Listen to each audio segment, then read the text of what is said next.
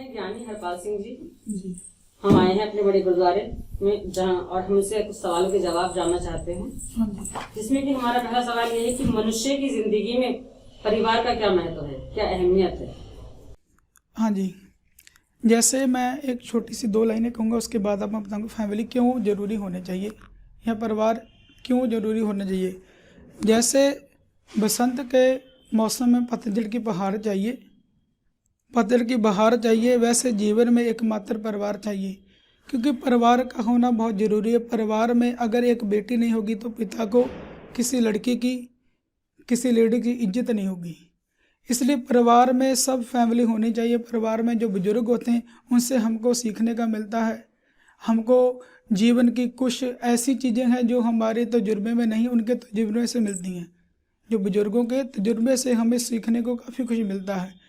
और फैमिली के जो बच्चे हैं उसके बचपना देख के उसको भी बच्चों के बचपन से भी सीखने को हमें मिलता है कि हम अपने बच्चे में क्या कर सकें। और उसमें उस बच्चों को सिखाने में अहम रोल होता है कि हम अब तक जो नहीं कर सके वो अपने बच्चों को सिखाएं, ताकि हमसे ऊपर हमारे बच्चे जा सकें और हमारा नाम और देश का नाम रोशन कर सकें। तो ज्ञानी जी, मैं आपसे ये जानना चाहती हूँ कि फैमिली बिखरने के कारण क्या हैं, रीजंस जो है वो सामने आए हैं, आप बताएं। कुछ रिश्ते बहुत ही नाजुक होते हैं, उन्हें संभाल कर रखना बहुत ही एहतियात से रखना पड़ता है। मतलब पति पत्नी का रिश्ता, सास बहू का रिश्ता, परिवार का, पति पत्नी का जो रिश्ता बहुत बेहद नाजुक होता है। इसमें अगर सही सोच की विरोधाभासी विचार में जगह दी गई तो रिश्ता टूटने का डर रहता है। इसे टूटने से बचाना हमारी जो है जिम्मेदारी है। पति पत्नी का रिश्ता टूटने के भविष्य में खिलवाड़, ऐसे बच्चे जिनके माता पिता अलगाव हो जाते हैं, माँ पिता नफरत का शिकार हो जाते हैं, यही नफरत का दिन है उन्हें आसान लोगों से नफरत करने पर मजबूर कर देती है। ठीक है, इसलिए पति पत्नी का रिश्ता, परिवार, विश्वास, भरोसा बहुत होना जरूरी है। विरोध विचार या मुनाफी सोच में जगह नहीं देनी चाहिए उन्हें। ठीक है जी। वह घर के मजबूत सलून होने के साथ साथ एक बुजुर्ग और सम्मान लायक, मतलब जैसे कि पति पत्नी है वैसे आगे जाके वो एक दादा दादी भी बनेंगे। उनके पोते हैं वो उन्हीं से आके सीखेंगे। और सबसे ज़्यादा फैमिली का जो बिखरने का है सबसे ज़्यादा, उसमें स्वस्थ अपने आप का जो है वो स्वस्थ है, मतलब कि अपना लालच। जैसे कई भाई से लड़ जाते हैं, ठीक है जी, उनको एक मतलब कि ज़मीन की या अपनी प्रॉपर्टी की लालच होता है। जैसे बच्चे परिवार से बिगड़ जाते हैं, उनको ये होता है माता पिता बैठे हैं, इनके ज़मीन भी हम ले लें, उन्हें वृद्धाश्रम में या कहीं पर छोड़ दिया जाता है। और जो परिवार के भाई होते हैं या रिश्ते नाते चाचा चाची होते हैं, ये सबसे ज़्यादा इसमें जो अहम रोल है टूटने का, ये लालच है, स्वयं का स्वार्थ है, लालच है और प्रॉपर्टी है, यही हो सकता है। ठीक है।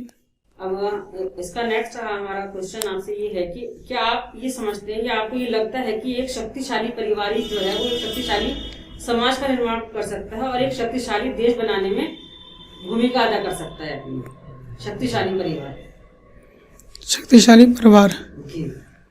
जैसे कि शक्तिशाली परिवार देश बनाने में, हाँ जी, बहुत होना जरूरी है। जैसे कि हमारा परिवार, अगर हम सबसे ज़्यादा, जैसे हमारे गुरबाणी में आता है, अवर उपदेश से आप ना करें। जो दूसरों को उपदेश तो लोग सब देते हैं, लेकिन अपने आप पर अमल कोई नहीं करता है। अगर सबसे पहले अगर देश को संभालना है, देश को सुरक्षित रखना है, सबसे पहले खुद को समझदार होना पड़ेगा, अपने आप को समझदार बनाना। उसके बाद हमारी फैमिली है, अगर फैमिली हमारी समझदार होगी फिर आस पड़ोस गांव, फिर हम देश की तरफ बढ़ सकते हैं। इसलिए हमारे परिवार का होना बहुत अहम सवाल रखता है देश बनाने में, क्योंकि हमारे परिवार में जो है हर इंसान की, हर मेंबर की अलग अलग सोच होती है। ऐसे ही देश में दुनिया की अलग अलग सोच होती है। हम परिवार से ये सीखने को मिलता है, या परिवार का अहम रोल ये है देश बनाने में कि हमें पता चढ़ जाता है अगर हमारी परिवार की आपस में नहीं बन ली तो इतने बड़े देश को अलग अलग एक साथ कैसे जोड़ा जाए। और जिसका परिवार एक के हाथ में या बुजुर्ग के एक के हाथ में या एक के कहने से चलता है तो हो सकता है आने वाले देश में हमारी इस विचारों का अच्छा परिणाम हो। तो एक शक्तिशाली परिवार बनाने में किसका रोल अहम होता है, पति का या पत्नी का, स्त्री का या पुरुष का, कौन ज्यादा अहम रोल अदा करता है? वैसे तो होना चाहिए पूरे परिवार का ही अहम रोल होता है। मैंने जैसे आपको बात करें तो परिवार का जो है हर मेंबर का रोल मेन होता है, क्योंकि हर मेंबर की अलग अलग हमें जो है सीखने को मिलता है। बुजुर्गों से जो है उनके तजुर्बा है जो उनसे सीखने को मिलता है, जो हमारे भाई बहन है या पति पत्नी है, जो रिश्ता चल रहा है, जो यहाँ दुनिया में चल रहा है समय, वो समय का देखने को मिलता है। और जो छोटे बच्चे हैं, जो छोटे बच्चे, उसमें हमारे बचपन का देखने को मिलता है कि जो हम देश के लिए नहीं कर सके या अपने परिवार के लिए नहीं कर सके, वो हो सकता है हम अपने बच्चों को अच्छी शिक्षा दे, अच्छा ज्ञान दे, आने वाले समय में हमारा देश भी संभाल सके, हमारा परिवार भी संभाल सके। इसलिए पूरे परिवार का ही अहम रोल होता है।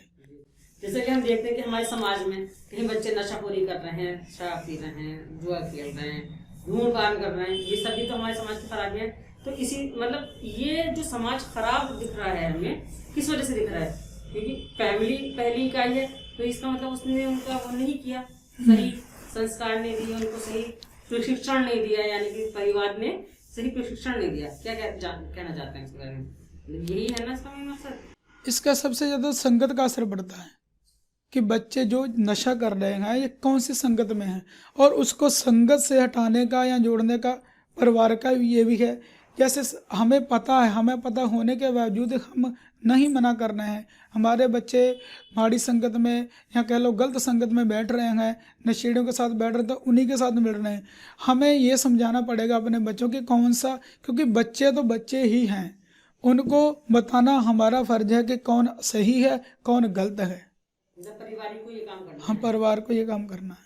अगर परिवार करेगा तभी तो देश के नेता या और लोग कर पाएंगे, समाज कर पाएंगे। सबसे पहला तो हमारे परिवार, क्योंकि अगर कोई बात भी हो जाती, सबसे पहले मानो कोई गलत काम हो गया हमारे बच्चे से, तो सबसे पहले जो वहाँ के प्रधान होंगे या मेन होंगे वो सबसे पहले परिवार के बात होंगे, आपके बच्चे ने ये किया है। तो इसलिए परिवार का अहम रोल होता है। तो और एक ये है कि जो समाज में और भी बुराई है, जैसे अडल्टरी है, ये सारी चीजें हैं, होमोसेक्सुअलिटी है, लिव इन रिलेशनशिप है, वह शादी नहीं हुई, बच्चे साथ रह रहे हैं, लड़के लड़कियां, इसके बारे में क्या क्या विचार है? ये सब क्यों है? फैमिली बिखरने की वजह से है ना ये सब? हाँ जी, ये सबसे ज़्यादा इस बात तो परिवार पे ही बढ़ता है। मैं सारी बात परिवार पे ही करूँगा, क्योंकि जो है हमें हमारे अगर परिवार सही है तो हमारे रिश्तेदारों में कई जगह पे तलाक हो जाता है, हमें सुनने को मिलता है। सबसे ज़्यादा सोशल मीडिया पे हमें सुनने को मिलता है, वहाँ इसने इस प्यार किया, यहाँ रिश्ता टूट गया, यहाँ तलाक हो गया, किस वजह से हो गया, कोई प्रॉपर्टी के लिए तलाक कर रहा है, कोई किसी को कैसे। शादीशुदा आदमी भी तलाक कर रहे हैं, शादीशुदा तलाक तो कर रहे हैं, लेकिन कई है जो कि प्यार करके या कह दो रिश्ते में रखे लव मैरिज कर रहे हैं, अपनी मर्जी से जैसे बच्चे रह रहे हैं, वो बच्चों को जो कि खुल कह दो हमने ही दी है ये। अगर परिवार स्ट्रॉन्ग रहेगा या परिवार का कोई प्यार से होता तो सारा काम, लेकिन प्यार से बच्चे बिगड़ते भी हैं। जहाँ प्यार उन बच्चों को देना चाहिए वहाँ देना चाहिए, लेकिन जहाँ डांटना है, सख्ती से पेश आना, वहाँ सख्ती से पेश आना चाहिए, क्योंकि ज़्यादा प्यार कहते हैं ना, ज़्यादा मीठा शुगर कर देता है, ऐसे ज़्यादा प्यार भी बच्चों को बिगाड़ सकता है। इसका मतलब है कि आपकी नज़र में बैलेंस होना चाहिए। हाँ, बैलेंस होना चाहिए। हमें ही खुद को समझ के चलना चाहिए और अपने बच्चों को समझाना पड़ेगा, कोई दूसरा नहीं समझाएगा, क्योंकि दूसरे का तो यो है, आज की सोच ये है कि हम अपने दुख से इतना दुखी नहीं है, दूसरे के सुख से चाहते हैं दूसरे के बच्चों की बदनामी हो, दूसरे के परिवार की बदनामी हो, दूसरा नहीं बताया। इसलिए हमारे बच्चों को हमें ही समझाना पड़ेगा। कहीं ना कहीं ये परिवारों में जो टूटने की वजह आपकी नजर में ये भी हो सकती है कि दहेज प्रथा जो है सोसाइटी में, हमें लड़की को दहेज नहीं दिया, जला दिया। हाँ जी, ये भी है। दहेज का ये ऐसे है ना, देखिए दहेज का मेरा तो ये मानना है दहेज गलत है। कहते हैं कि दहेज लड़की वालों से लेना गलत है, लेकिन जब लड़की वाले रिश्ता देखने जाते हैं कहते हैं कि हम वो लड़का चाहिए जिसकी कार भी हो, 10 एकड़ जगह भी हो। वो तो चलो मांगते हैं लड़के वाले, लेकिन लड़की वाले ये क्यों देखते हैं? लड़की वाले भी तो एक हिसाब से दहेज ही देख रहे हैं उधर से। अगर वो इतने देने वाले हैं या ठीक ठाक है, तो ऐसे अपनी लेवल का लड़का देखें, लेवल की पार्टी देखें, जिसे ना देना पड़े ना लड़ पड़े। पहले वो देखते, अगर बड़े लोगों से रिश्ता जोड़ोगे तो वो, अगर वो बड़े लोगों के रिश्ता जोड़ोगे तो वो तो अपनी टक्कर का सामान मांगेंगे।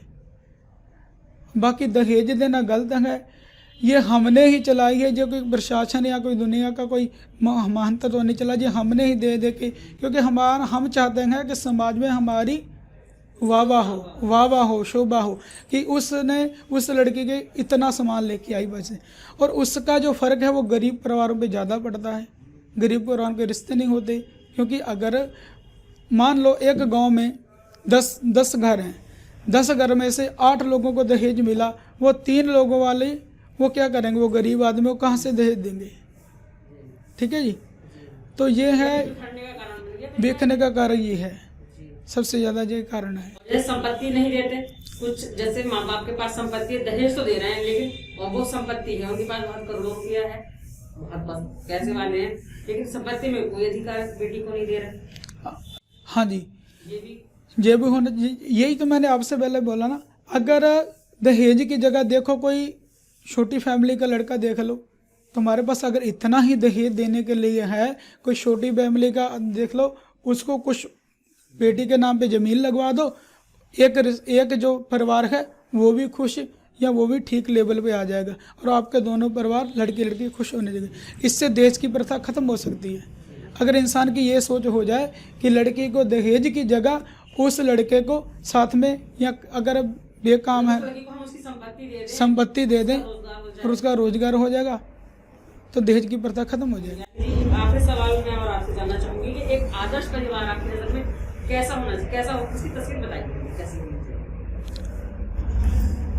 आदर्श परिवार जैसे पतझड़ आता है, पतझड़ इसलिए कहते हैं कि उसके पत्ते झड़ते हैं।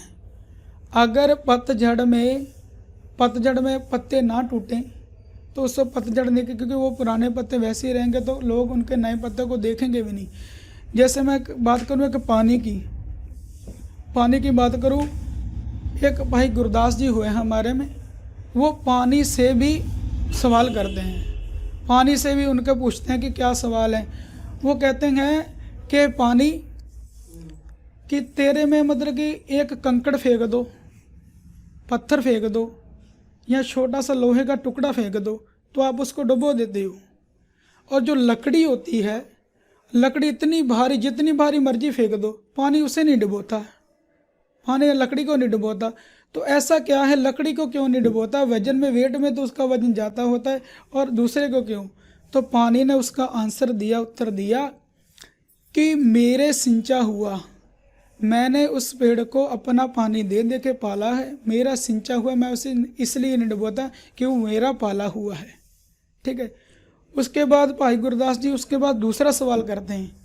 वो कहते हैं, पानी तुम्हें ये नहीं पता कि वही लकड़ी जिसमें उसमें आग भी है, और आग का और पानी का दोनों की दुश्मनी है, वो लकड़ी मिल करके लोहे से एक नाव बनती है, किश्ती बनती है, और जब वो किश्ती पानी में चलती है तो पानी को चीरती हुई जाती है, कि पानी तुझे तो चीरती है वो।